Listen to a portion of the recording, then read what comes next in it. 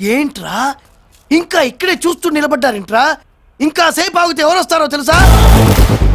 ఏం జరుగుద్దో తెలుసా? మీరేమైపోతారో తెలుసా?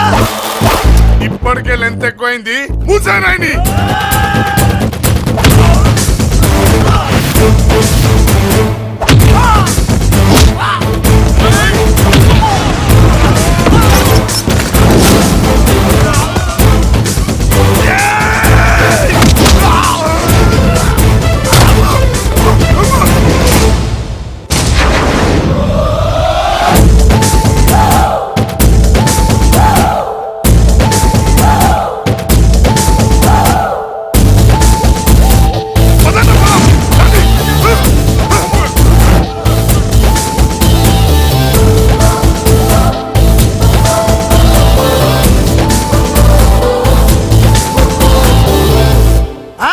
చూసారా?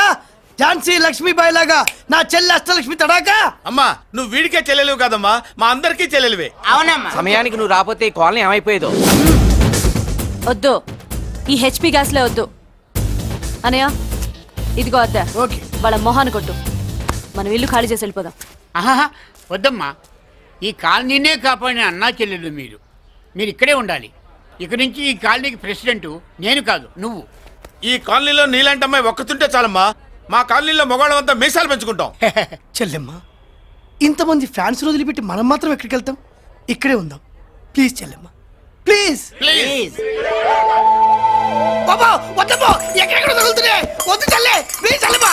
అబ్బబ్బా బాబో, జీవితాల్లో 1000 రూపాయలు పెట్టి 3 జీపులు 15 మంది డూప్ రౌడీలను తీసుకురమ్మంటే 2,000 మాట్లాడతావా?